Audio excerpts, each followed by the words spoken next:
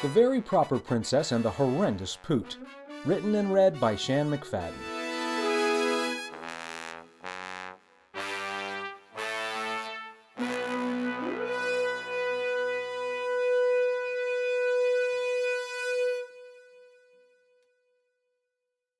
This is the story about a very proper princess, who was as lovely and as delicate as a flower, and whose fine manners and refined etiquette were known all throughout her kingdom.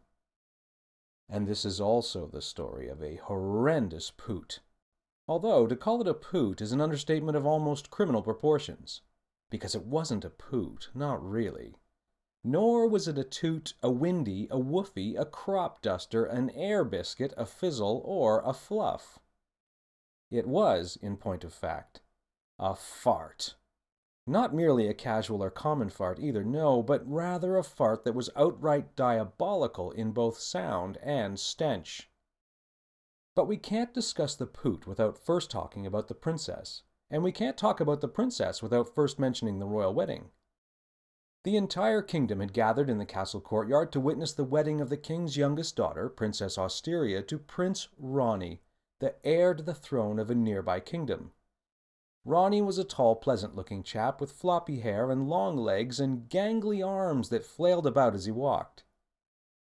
He wasn't good at polo, and he was terrible at fencing, but he was incredibly kind and even-tempered, and almost childlike in his naivety. Everyone that met Ronnie liked him almost immediately, and Asteria was no different. She found him to be sweet and funny, and she was grateful that he was to be her prince. Led down the aisle by her father the king, Asteria was a sight to behold in a snow-white gown that was as elegant as it was breathtaking. As the priest began the exchanging of the vows, Asteria looked up at Ronnie and gave him the sweetest, softest, most adoring smile, a smile so pure and heartfelt that it made the prince blush even more deeply. The crowd swooned with adoration of the soon-to-be royal couple. The minister motioned for silence, then cleared his throat and addressed the prince as he spoke. Prince Ronnie, do you take this woman to be your princess, your queen, and your beloved wife? Do you promise to laugh at her jokes, even when they're not funny? To eat the food she prepares, even if it's inedible? To rub her feet, even when they're sweaty? To tell her that her hair looks nice, even when it most clearly does not? Do you promise to always tell her the truth, except when the truth might hurt her feelings and or get you into trouble? Do you, fair Prince Ronnie, do you swear this solemn oath? Ronnie gasped and stammered and loosened his collar and sputtered, No, I mean, yes, of course I do. Yes, I most certainly do. A low, rumbling, gurgling sound caught the priest's attention, and he trailed off for a moment, confused. He looked first to Ronnie, who gave a bewildered shrug, then to Asteria, who had suddenly become quite pale. Please continue, the princess whispered with a tight smile. Sorry, the priest continued. Where was I? Oh, yes, Princess Asteria. Do you take this man to be your prince, your king, and your beloved husband? The rumbling sound returned, even louder this time, and it was followed by a faint, high-pitched whine, like the sound you might expect to hear from a lone, distant firework that had failed to pop, and then by a gurgling noise, like the sound of a plug being pulled out of a bathtub filled with water. Father, could we please speed this up? Said Asteria. Her face was flushed, and a small bead of sweat stood out on her perfect brow. Please, I beg of you. But, princess, we must perform the vows in full. It's tradition, murmured the priest. Of course, but perhaps you could read the vows quickly, very, very quickly, and then signal the band to play immediately, and loudly. The priest, looking more than a bit confused, said, Yes, of course, Your Highness. Then he raised his hands, and with a forced smile said, Princess Asteria, do you take this man to be your prince, your king, and your beloved husband? Do you promise to watch jousting with him even when you find it boring? Do you promise to tolerate his snoring, even when— But before the priest could finish his sentence, the reverent silence was shattered by a sound so insidiously inappropriate that it caused those that heard it to both gasp and laugh simultaneously. Many of those in attendance would describe it as the sound you might hear if a duck had coughed into a long hollow log. Others said it sounded like a trumpet being blown underwater, but it was neither of those things. It was most definitely and undeniably a fart. It was loud and wet and both thoroughly disgusting and hilarious sounding at the same time, and it sounded almost exactly like this.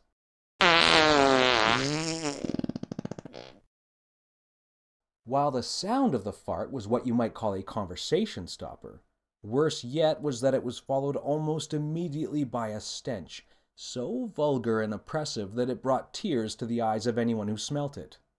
The priest coughed dryly and dabbed at his burning eyes with the sleeves of his robe. Prince Ronnie, as kind and considerate as he was, did his best to contain his disgust, and in doing so, merely wrinkled his nose and blinked in confusion. Beside him, Princess Asteria stood completely still and silent, shoulders slumped, eyes turned downward, her complexion as drained and pale as alabaster. The audience stood in stunned disbelief. Some stifled sobs, others nervous laughter, while most simply stared at one another in shock.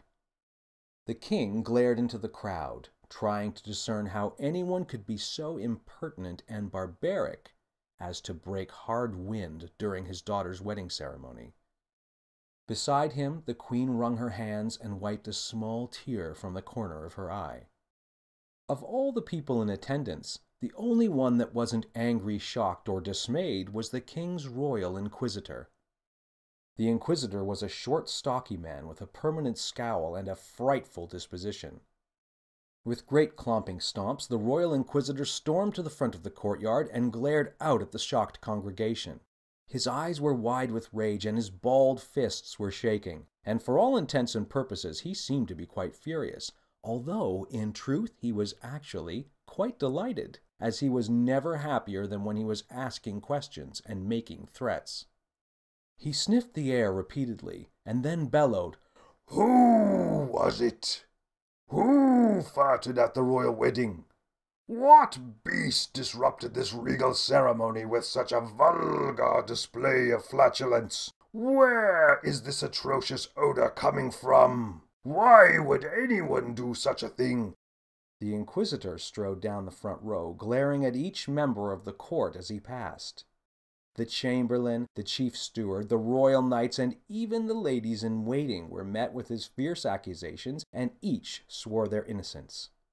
In fact, the inquisitor even cast a suspicious eye on the king and queen before thinking better of it and turning his attention to the priest.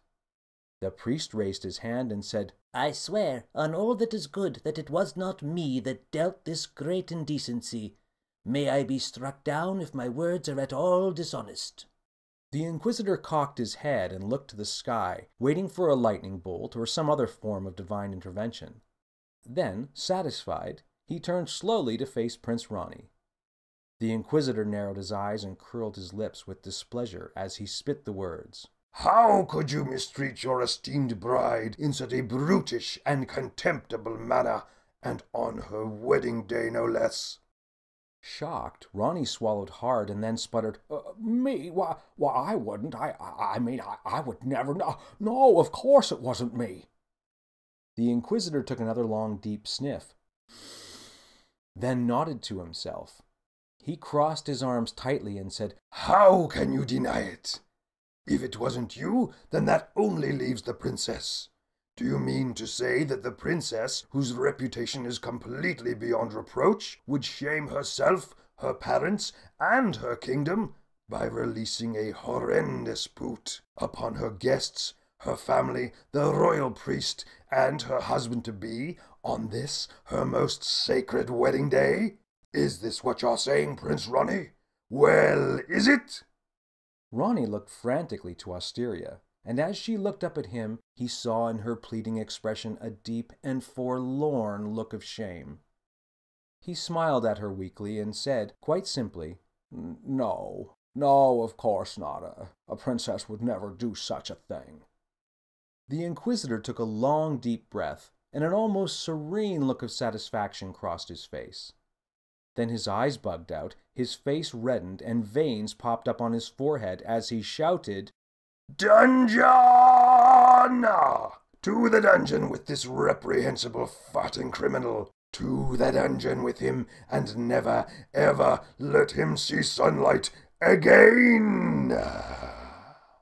Wait, no! Wailed Prince Ronnie, but it was too late. The palace guards surrounded him and he was dragged away, kicking and screaming, and then thrown into a murky, damp cell in the darkest recesses of the royal dungeon. Ronnie spent most of his first night in the dungeon crying and calling for his mommy. Shortly thereafter, he switched to whining and moaning, and finally finished up with a good whimper before eventually falling into a weak and troubled sleep. The dungeon was very damp and cold and almost completely dark, except for a sliver of moonlight that shone down from a single tiny window, embedded in the top of one of the high dungeon walls. Ronnie would regularly be startled awake in the near blackness to the sensation of dozens of tiny legs crawling over his face and arms. Terrified and weak from sleeplessness, he curled up in a defensive position on the dungeon floor and sucked his thumb. "Hello, friend," came a dry, crackly voice in the darkness. "Are you all done crying now? Goodness knows there's not much to do down here but cry, so I'd hate to interrupt you in the middle of a good bit of blubbering." Ronnie searched the darkness for the source of the voice, but the shadows were too thick. Who are you? What do you want? He called cautiously. No, came the voice in the darkness. You're doing it wrong. One question at a time. Drag it out. The secret down here is to take everything nice and slow. For example, if you find a juicy cockroach to eat, don't just gulp it down. Eat one leg at a time, then the head, then just let the shell melt in your mouth before you swallow it. That way, everything takes longer and it makes the day less boring. Ronnie squinted into the murky gloom, and eventually his eyes picked out the figure of a very thin and tall man. The man stepped forward a bit, and the dim light from the high window caught his frame and revealed more of his appearance. He was tremendously skinny and was wearing little more than a loincloth made of old tattered rags. His dark hair and beard were quite long and wild, and framed his pointy nose and wide staring eyes. His smile, while quite friendly, revealed scores of missing teeth. Who are you? Sputtered Ronnie. My name is Jerome. Nice to meet you, he said with a smile. What do you want from me? Nothing of any value. Just some company to pass the time until we eventually starve to death and or die of infection. But now it's my turn. Who are you?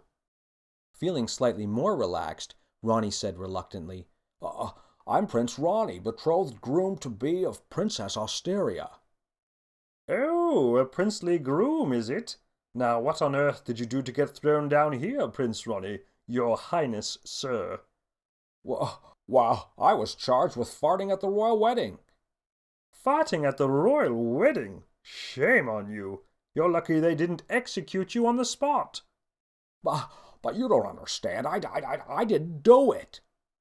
Oh, likely story. That's what they all say. Annoyed, Ronnie stood up, brushed himself off, and said, Well, all right then. Why did they throw you in here then, huh? Oh, I was charged with farting at the royal wedding too, said Jerome. But I didn't do it either. Then why didn't you believe me?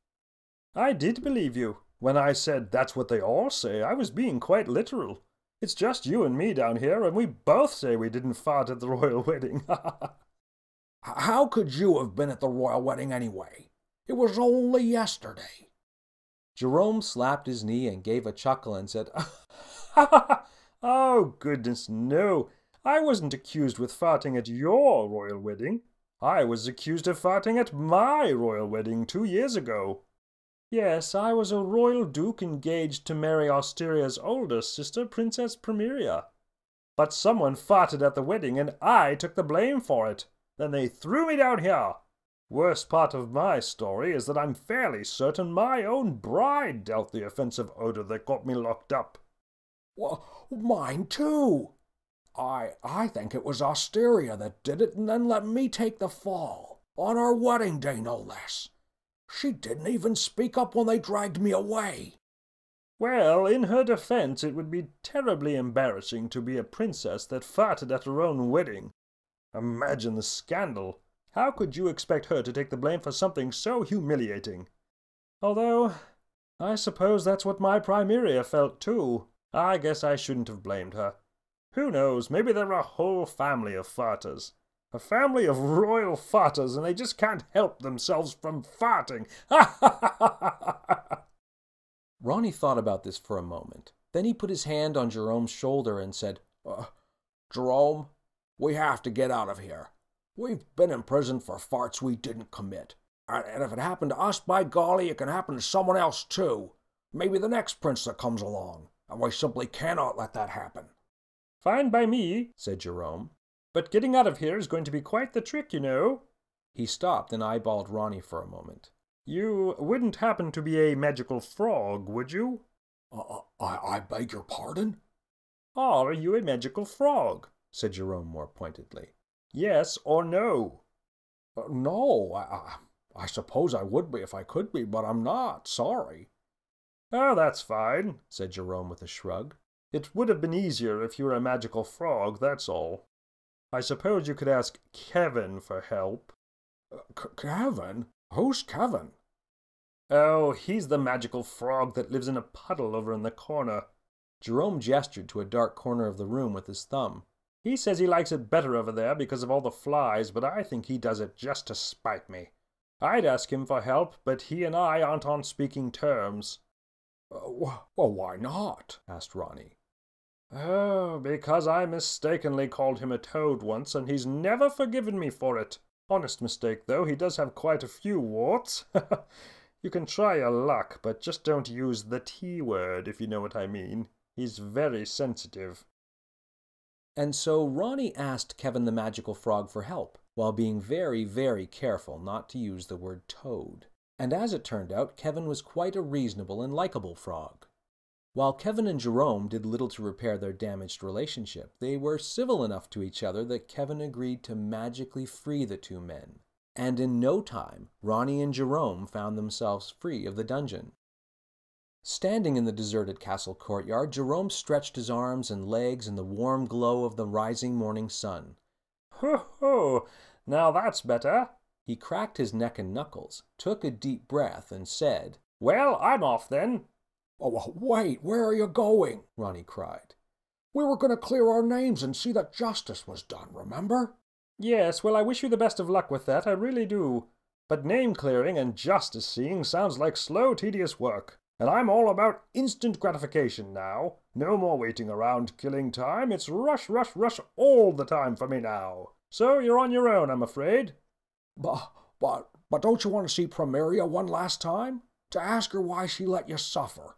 Won't you at least come with me to see the princesses so that we can be avenged? Jerome scowled and thought about it for a moment, then said, Yes, I suppose it would be good to see Primaria one last time.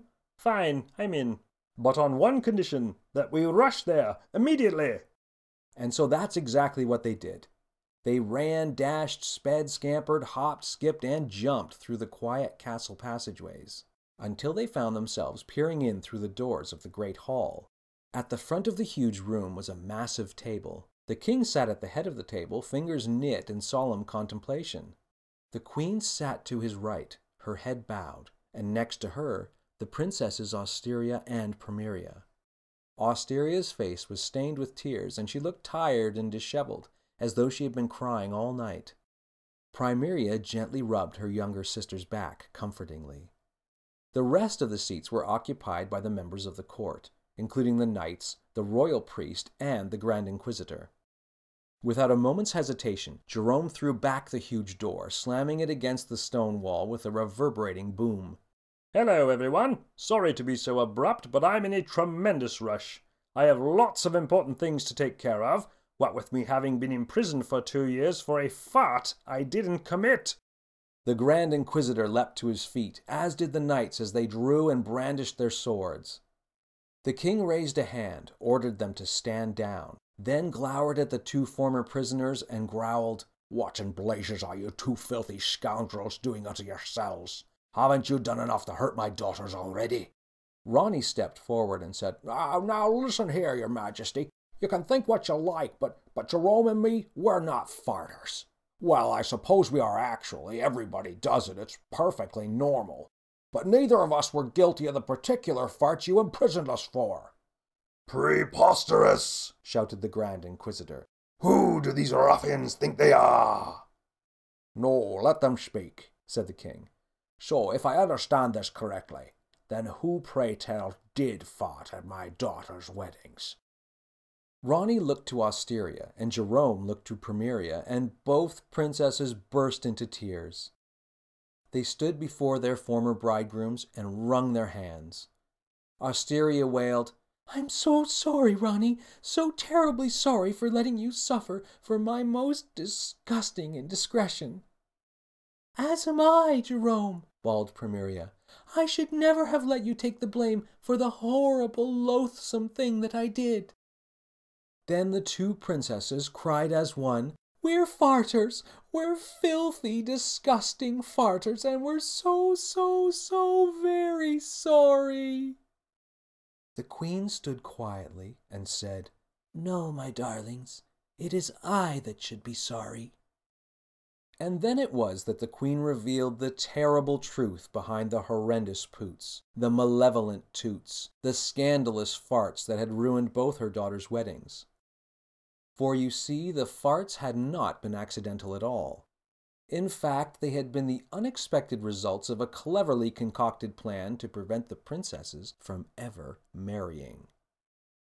The queen, loving mother that she was, couldn't bear the thought of her daughters growing up, marrying, and perhaps moving away to live in a castle of their own one day. Unbeknownst to the princesses, they were both lactose intolerant, meaning that they had trouble digesting dairy products. But the queen knew this. She knew it all too well. And so, on the eve of Primeria's wedding, the queen had instructed the king's chef to prepare a feast of cheese pizza, 4-cheese lasagna, and cheesy bean burritos.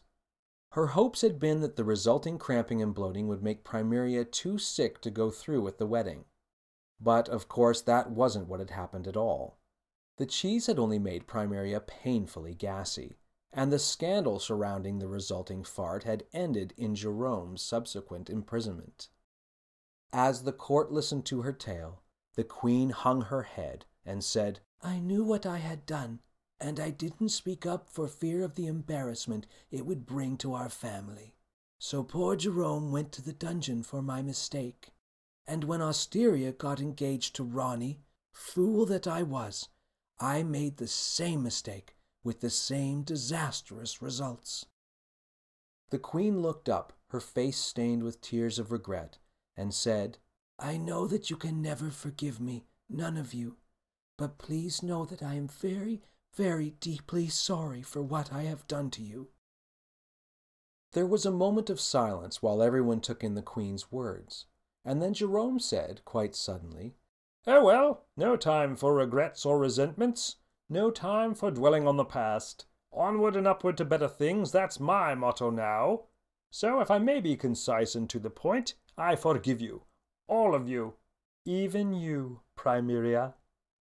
Primeria gasped with joy and ran into Jerome's arms. "Oh, as do I," said Ronnie, taking Asteria's hand in his own.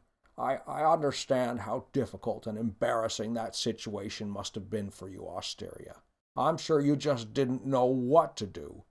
So I forgive you, too. I truly, truly forgive you."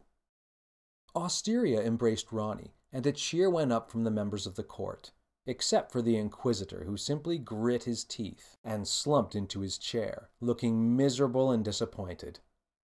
Finally, the king banged his scepter on the table and called for silence. All eyes turned toward him as he addressed the assembly with a deep and serious tone. "Dear members of the court, friends and beloved family, I'm troubled and distraught to think of the pain, shame, and embarrassment that many of you have endured as a result of this unfortunate situation. And while I forgive my wife and daughters for withholding the truth out of fear of shame, I cannot forgive myself for allowing that shame to prosper in my kingdom. For the truth is, we all fart. All of us. queens, princes, princesses, and yes, even kings. But from this day forward, we need not feel shame for our moments of gastrointestinal distress, so long as we extend the proper courtesy to those in attendance. So let it be my royal decree that if anyone in this kingdom is to poot or toot, break wind, make a backdoor breeze or a booty bomb, let one rip, cut the cheese, or otherwise engage in an act of flatulence, they need only say, in an earnest and heartfelt tone, "Please excuse me," and thus they shall be forgiven, and never held in contempt. This is my declaration, and I ask that all abide by it, today and forevermore. A great cheer went up from the court, and all showed their agreement. "Oh, thank goodness," said the priest. Then he promptly farted quite loudly and said, "Excuse me, I've been holding that in for quite some time." Then the chief steward farted and excused himself, as did the chief gardener, the royal cook, several of the ladies in waiting, and almost all of the royal guards. And each was followed by a warm and honest "Excuse me." Excuse me in advance for what I am about to do, bellowed the chief inquisitor, and then released a fart that sounded like a small shotgun blast. "And excuse me as well," said the queen, smiling as she did a tiny but quite smelly one-cheek sneak. You are all most royally excused and pardoned, said the king with a grin. Now please, if someone could open a window, I'd appreciate it. Shortly thereafter, the kingdom enjoyed a double royal wedding. Primeria married Jerome, and Osteria married Ronnie. The weddings were a huge success, and while a few farts were heard throughout the congregation, they were always followed by a sincere "Excuse me." And thus it was that an ancient custom was set in place, and it's one that has endured throughout the centuries. For to this day, if you feel a poot or a toot or even a fart on the horizon, you can rest assured that as long as you say, "Excuse me," in an earnest and heartfelt tone, you will always, always be forgiven. Ah, excuse me. This story was written and read by Shan McFadden. Music by the New York Brass. All sound effects contained in this recording are used under a Creative Commons license.